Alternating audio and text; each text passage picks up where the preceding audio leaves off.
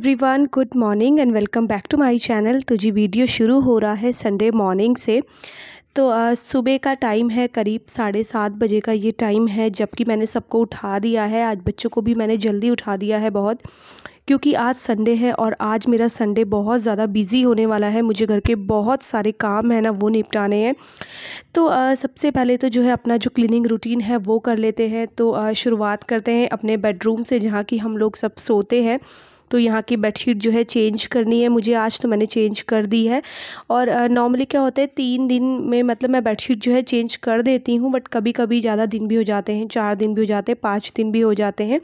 But कोशिश यही रहती है कि मैं 3 दिन के अंदर अपनी बेडशीट चेंज कर दूँ। तो बस इसी रूम की मुझे बेडशीट चेंज करनी है, क्योंकि जो दूसरा रूम है वो तो हमारा यूज़ होता नहीं है। वहाँ तो सिर्फ मैं ही थोड़ी बहुत देर के लिए बैठती हूँ, वो भी तब जब मुझे एडिटिंग करनी होती है। तो जैसे ही बच्चों को उठाया ना, तो उनको बहुत ज़्यादा आलस आ रहा था। आप देख सकते हैं विदांश का तो उठने का ही मन नहीं कर रहा था। तो बड़ी मुश्किल में जो है ना बच्चों को उठाना पड़ता है। बहुत ज़्यादा मुश्किल हो गया है इन छुट्टियों में, क्योंकि बच्चों का रूटीन जो है अगेन बिगड़ चुका है। और अब बस 1 हफ़्ते बाद बच्चों के स्कूल भी खुलने वाले हैं, तो न जाने अब दोबारा से इनका रूटीन कैसे सेट होगा। क्योंकि बड़ी मुश्किल में जो है ना पहले वाला रूटीन सेट हुआ था। आपको पता ही है कि 1.5-2 साल में तो बच्चे स्कूल गए थे, सुबह उठने के लिए बहुत ज़्यादा रोते थे। और जब तक रूटीन सेट हुआ तब तक जो है अपना ये गर्मियों की छुट्टियाँ पड़ गई। तो बस ऐसे ही चलता रहता है। अच्छा, दूसरे रूम में आ गई हूँ मैं। तो इधर जो है ना कपड़े रखे हुए थे नाइट में, जो कि अंदर लाए थे, मैंने फ़ोल्ड नहीं किए थे।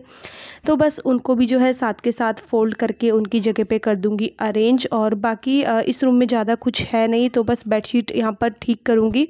और जो दूसरे रूम के ब्लैंकेट्स वगैरह होते हैं ना, वो सारे मैं इस वाले ही रूम में रखती हूँ, ताकि वो वाला रूम जो है ना वो थोड़ा सा खुला खुला सा लगे, फ्री सा लगे। क्योंकि वहीं पर हम लोग पूरा दिन बैठे रहते हैं, टीवी वगैरह देखते हैं, तो इस वजह से यहाँ पर कोई आता नहीं है। उसके बाद चलते हैं अभी अपना ड्राइंग रूम की तरफ। नीचे ये जितने भी मैट वगैरह मैं बिछा के रखती हूँ, सब इनको उठा देते हैं। बाकी डाइनिंग टेबल की हालत आप देख ही सकते हैं कि बहुत ज़्यादा बुरी हो रही है। तो ये नाइट में ना बच्चे यहाँ पर ना कुछ मतलब कार्डबोर्ड से खेल रहे थे, कुछ फ़ोन वगैरह अपने लिए बना रहे थे।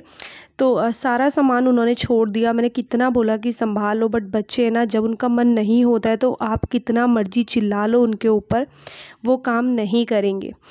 तो वो चीज़ें सेट करने के बाद अब जो है बारी आती है घर में झाड़ू लगाने की। तो बस पूरे घर में लगा लेते हैं अच्छे से झाड़ू।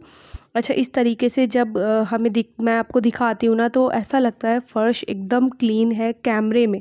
लेकिन जब हम सामने से देखते हैं ना, तो फ़र्श इतना ज़्यादा गंदा रहता है ना, क्योंकि ये जो टाइल्स होती है ना, इनमें जितनी जल्दी ये चमकती है ना, उतनी ही जल्दी इनमें गंदगी भी बैठ जाती है। तो दूर से मतलब आप लोगों को तो लगेगा फ़र्श बहुत क्लीन है, लेकिन मुझे लगता है कि नहीं, बहुत ही ज़्यादा गंदा है। तो इधर जो है किचन विचन क्लीन व्लीन करने के बाद, मतलब झाड़ू लगाने के बाद बारी आती है प्लांट्स में पानी डालने की। तो बस पूरे प्लांट्स में अच्छे से जो है पानी डाल दूँगी मैं। गर्मी इतनी ज़्यादा हो रही है कि अगर एक भी दिन जो है पानी मिस कर दो ना प्लांट्स में, तो प्लांट्स सूखने लगते हैं। और आप लोग बोलते हैं कि आपके प्लांट्स इतने ज़्यादा अच्छे हैं, तो इसी वजह से ये अच्छे हैं, क्योंकि इसकी केयर बहुत ज़्यादा करनी पड़ती है और होती भी है। तो जैसे कि मैंने आपको बताया कि मोस्टली 2 टाइम पानी हम लोग डालते हैं, एक मॉर्निंग के टाइम, एक रात के टाइम। अच्छा, मेरी आवाज़ का बहुत ज़्यादा बुरा हाल है, मेरा गला बिल्कुल बुरी तरीके से बैठ गया है। यही रीज़न था कि अभी एक दिन कोई भी वीडियो नहीं आया, क्योंकि मुझसे ना बात ही नहीं हो रही थी, मेरी हालत बहुत ज़्यादा ख़राब थी। अभी भी आपको आवाज़ में काफ़ी ज़्यादा फ़र्क नज़र आ रहा होगा। तो एक बालकनी भी मैंने क्लीन कर दी है और वहाँ प्लांट्स में पानी डाल दिया है। बढ़ते हैं दूसरी बालकनी की तरफ। तो बस इधर भी सारे प्लांट्स में जल्दी से पानी डाल देते हैं, और बाकी बालकनी भी, ये वाली भी वॉश करनी है। तो आज तो मुझे चारों बालकनी ही धोनी है। तो हवा देख सकते हैं आप, सुबह के टाइम तो ठीक हवा चलती है, लेकिन अभी फिर जैसे जैसे टाइम बढ़ेगा ना, टेम्परेचर और बढ़ता जाता है। तो बस इधर भी जो है अच्छे से पानी वानी डाल के, बाकी आप धूल देखिए, इतनी ज़्यादा धूल उड़ती है ना, क्योंकि ये जो मौसम होता है ना, धूल भरा मौसम होता है, चारों तरफ से ओपन है। तो हमारा क्या होता है कि अगर आस पड़ोस में भी कुछ काम चल रहा होगा ना, आस पड़ोस की बिल्डिंग्स में, तो सारी धूल उड़ के जो है हमारे घर में आती है, बालकनी में आती है। तो बहुत ज़्यादा गंदा, मतलब सारी चीज़ें गंदी हो जाती है, बहुत बुरा हाल हो जाता है। तो बालकनी वगैरह क्लीन करने के बाद अब बारी आती है अपना ये कॉलिन से क्लीन करने की। तो टेबल वगैरह मेरे को क्लीन करना है। और बच्चों ने क्या किया था नाइट में, जैसे मैंने आपको बताया कि वो अपना फ़ोन बना रहे थे और उन्होंने ना वाटर कलर लेकर अपने हाथ में लगाया और फिर सारा कलर ना टेबल के ऊपर कांच में लगाया हुआ था। तो बहुत ही ज़्यादा गंदा हो रहा था कांच भी। तो इधर जो है मैंने सबसे पहले अपना डाइनिंग टेबल क्लीन किया है, उसके बाद आ गई हूँ दूसरे टेबल की तरफ। और आप लोग पूछ रहे थे कि डाइनिंग टेबल के अंदर आपने क्या डाला है, तो वो आर्टिफिशियल सी जो फूल पत्तियाँ मिलती है ना मार्केट में, वो मैंने डाली है। तो एक दिन हम लोग गए थे, तब की बात है जब मम्मी और शिल्पी और आए हुए थे, उसी बीच हम लोग गए थे मॉल। तो मुझे वहाँ पर दिख गया, तो फिर हम लोगों ने 2 पैकेट ले लिए थे। वो इनमें अच्छी सी खुशबू भी होती है और मतलब ये परफ्यूम वगैरह डाल के रखते हैं और साथ ही साथ ये देखने में बहुत अच्छे लगते हैं। तो वो हमने कांच के नीचे डाला हुआ है। तो पूरे घर की डस्टिंग हो चुकी है, झाड़ू लग चुकी है, बारी आती है अपने वाइपर के साथ जल्दी से पूरे घर में पोछा मारने की। और पोछा वगैरह मारने के बाद फिर आज मुझे बनाना है एक स्पेशल सा नाश्ता सबके लिए, क्योंकि संडे है तो संडे स्पेशल नाश्ता हो जाए। और आप लोग भी बहुत टाइम से बोल रहे थे कि दी रोज़ रोटी सब्ज़ी खाते हो, कभी तो कुछ नया ट्राई करो। तो फिर आपकी फ़रमाइश मैंने जो है सुनी और ध्यान में रखी और फिर सोचा कि चलिए अब आपके साथ जो है कोशिश करूँगी कि डेली कोई ना कोई न्यू रेसिपी, एक रेसिपी आप लोगों के साथ मतलब मैं शेयर करूँ। तो चलिए मैं नहा धो के तैयार होके किचन में आ गई हूँ, क्योंकि जब आप तैयार हो जाते हैं ना सुबह नहा धो के, तो आप पे एक एनर्जी आती है और आपका काम करने का मन होता है, फिर बहुत अच्छे से आपके सारे काम निपटते हैं। नाइट में मैंने भिगा दी थी मूंग की दाल, तो आज मैं मूंग दाल का जो डोसा होता है, चाहे चीला कह लीजिए, वो मैं बनाऊंगी। इसके साथ मैं आपको 2 तरीके की चटनी की रेसिपी देने वाली हूँ। तो सबसे पहले ये जो मूंग दाल है इसको अच्छे से ग्राइंड करेंगे और मूंग दाल डाल के मैं इसमें 2-3 हरी मिर्च मैं कट कर रही हूँ। ज़्यादा स्पाइसी नहीं रखूँगी, बच्चे नहीं खाएंगे। मूंग दाल को बहुत अच्छे से यहाँ पर मैंने पीस लिया है। ये देखिए सारी मूंग दाल को निकाल लेते हैं एक दूसरे बर्तन में। और अब इसमें कुछ चीज़ें ऐड करेंगे। सबसे पहले इसमें मैं बिल्कुल आधा चम्मच सॉल्ट ऐड करने वाली हूँ और उसके बाद मैं ऐड करूँगी आधा चम्मच ये जिंजर गार्लिक पेस्ट। तो इसके साथ इसका टेस्ट बहुत ही अच्छा आता है। अगर आपके पास जिंजर गार्लिक पेस्ट ना हो तो जिस समय आप मूँग दाल पीस रहे हो उसी समय कुछ लहसुन की कलियाँ और अदरक आप डाल सकते हैं। सारी चीज़ों को इसमें ऐड करने के बाद इसको बहुत अच्छे से जो है मिक्स करना है। तो मुझे थोड़ा सा बैटर गाढ़ा लग रहा था, मैंने हल्का सा इसमें पानी ऐड किया है, बिल्कुल हल्का सा। और अब इसको दोबारा से चेक करेंगे तो ये देखिए इस तरीके का आपका बैटर होना चाहिए, बिल्कुल स्मूथ, तभी जो चीले हैं या डोसा है वो अच्छा बनेगा। अब बढ़ते हैं चटनी की तरफ। तो यहाँ पर मैंने 2 चम्मच कह लीजिए मैंने ली है चना दाल और साथ में मैंने इसमें 1 बड़ा चम्मच के करीब काजू लिए हैं। इनको हमें ड्राई रोस्ट करना है, दोनों चीज़ों को हमें इसमें ड्राई रोस्ट करना है। उसके बाद हम इसमें ऐड करेंगे लाल सूखी मिर्च। तो ये जो चटनी है ना ये मतलब मेरा इन्वेंशन है, क्योंकि मैं इस तरीके से ना मिक्स करके चीज़ें जो है चटनी बनाती रहती हूँ। तो आप ट्राई ज़रूर कीजिएगा काजू और चना दाल की चटनी। आप चाहे तो इसमें मूंगफली भी ऐड कर सकते हैं। तो जैसे ही ड्राई रोस्ट हो जाएगी उसके बाद इसको निकाल के अलग रख लेंगे और तब तक दूसरी चटनी की तैयारी कर लेते हैं। उसको अभी हम बाद में पीसेंगे। यहाँ पर मैंने डाला है थोड़ा सा जो राई होती है वो, और 1 चम्मच के करीब मैंने चना दाल डाली है। ऑयल में दोनों ही चीज़ें अच्छे से जब ब्राउन हो जाएगी तो 2 प्याज और 2 टमाटर कट करके मैंने रखे हैं, इनको बस ऐसे ही डाल देना है।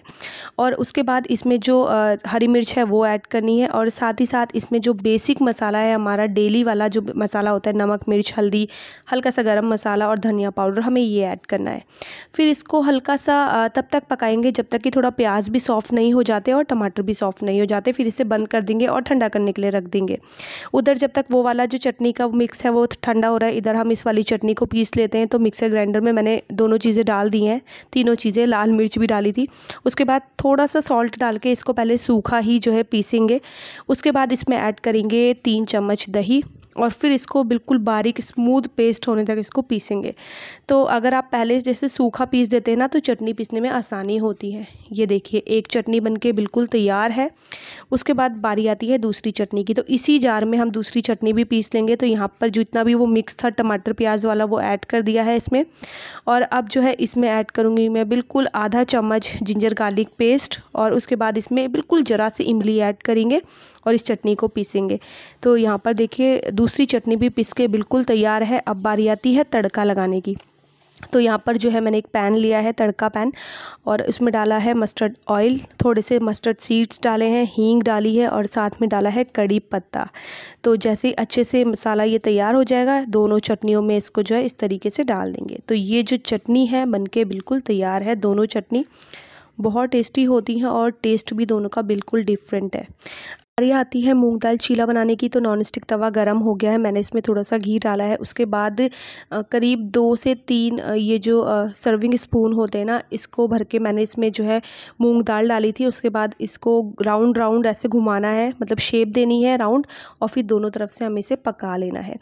और चाहे तो ना आप इसको स्टफ़्ड भी बना सकते हैं, बट मैंने स्टफ़्ड नहीं बनाया क्योंकि वो थोड़ा सा हैवी हो जाता है। उसके बाद हम क्या करेंगे, जैसे ही चीला बन जाएगा हल्का सा पानी फिर से डालेंगे, और उसके बाद फिर इसमें मूंग दाल का जो हमारा बैटर है वो ऐड करके और फिर इसको ना अच्छे से शेप देंगे। बहुत अच्छा तरीका है शेप देने का कि आप जो आपका जो भी चम्मच होता है जिससे आप शेप दे रहे हैं, उसे ना अपनी अपोजिट डायरेक्शन में घुमाइए। मतलब जैसे आप उसको अपनी अपोजिट डायरेक्शन में घुमाएंगे ना, तो बहुत ईजीली जो है वो शेप ले लेगा, राउंड शेप ले लेगा, और आपको कोई ज़्यादा दिक्कत भी नहीं होगी। उसके बाद दोनों तरफ से इस चीलों को बहुत अच्छे से पकाएंगे, और ट्राई ज़रूर कीजिएगा। बहुत ज़्यादा टेस्टी, बहुत ही ज़्यादा हेल्दी ब्रेकफास्ट है ये, और बच्चों को तो इतना ज़्यादा पसंद आया कि पूछे ही मत। मतलब मुझे उम्मीद भी नहीं थी कि बच्चे इसको पसंद करेंगे। और यहाँ पर लगा दी है हमारी टेस्टी सी नाश्ते की प्लेट। 2 चीला है और 2 तरीके की चटनी है। और नाश्ता वगैरह करने के बाद अब जल्दी से मैं आ गई हूँ किचन में, क्योंकि आज जो है मुझे करनी है किचन की वीकली क्लीनिंग, जो कि मैं हर हफ्ते करती हूँ। और सबसे पहले क्या करेंगे कि जितना भी सामान है ना बच गया है, जैसे थोड़ी बहुत चटनी बच गई है और चीले का बैटर बच गया है, मतलब 1-2 चीले और बन जाएंगे। सारी चीज़ों को मैंने अलग बर्तन में करके और फ्रिज में रख लिया है। उसके बाद पूरा जितना भी काउंटर टॉप है इसको अच्छे से जो है यहाँ पर से सारा चीज़ें हटा देंगे, क्योंकि हमें ये क्लीन करना है। काउंटर टॉप बिल्कुल खाली करना है, कुछ भी चीज़ मुझे काउंटर टॉप पे नहीं चाहिए। तो नॉन स्टिक बर्तन भी मैं अलग से वॉश करूँगी।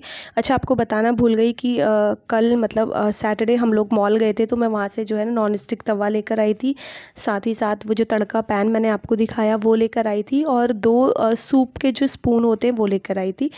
तो ये सारी चीज़ें जो है ना मैं लेकर आई थी। तो वही था कि रीज़न यही था कि मेरे पास डोसा तवा नहीं था, और बहुत टाइम से रिक्वेस्ट आ रही थी कि दी डोसे की चिली की रेसिपी शेयर कीजिए, तो इसी वजह से जो है मुझे वो लाना पड़ा।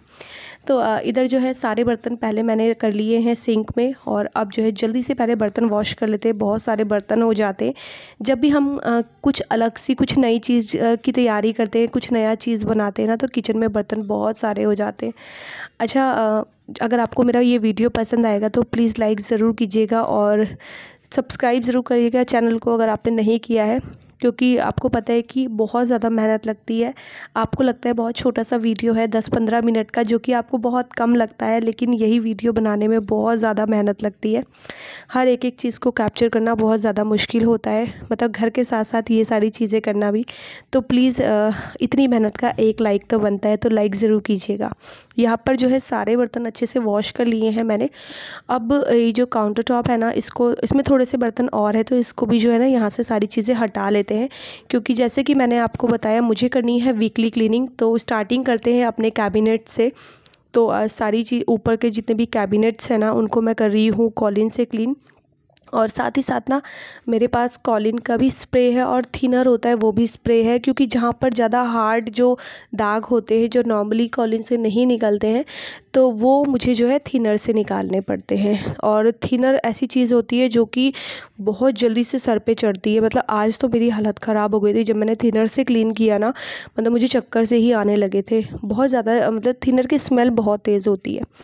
तो इधर जो है ऊपर वाला जितना भी कैबिनेट है मैंने सारे क्लीन कर लिए हैं। उसके बाद बारी आती है सबसे डिफ़िकल्ट काम की, वो होती है चिमनी क्लीन करना। चिमनी बहुत ज़्यादा डिफ़िकल्ट होती है, क्योंकि इसमें सबसे ज़्यादा गंदगी होती है। और चिमनी को क्लीन करने का सबसे अच्छा तरीका थिनर है, क्योंकि इसमें आपको ज़्यादा मेहनत नहीं करनी पड़ेगी।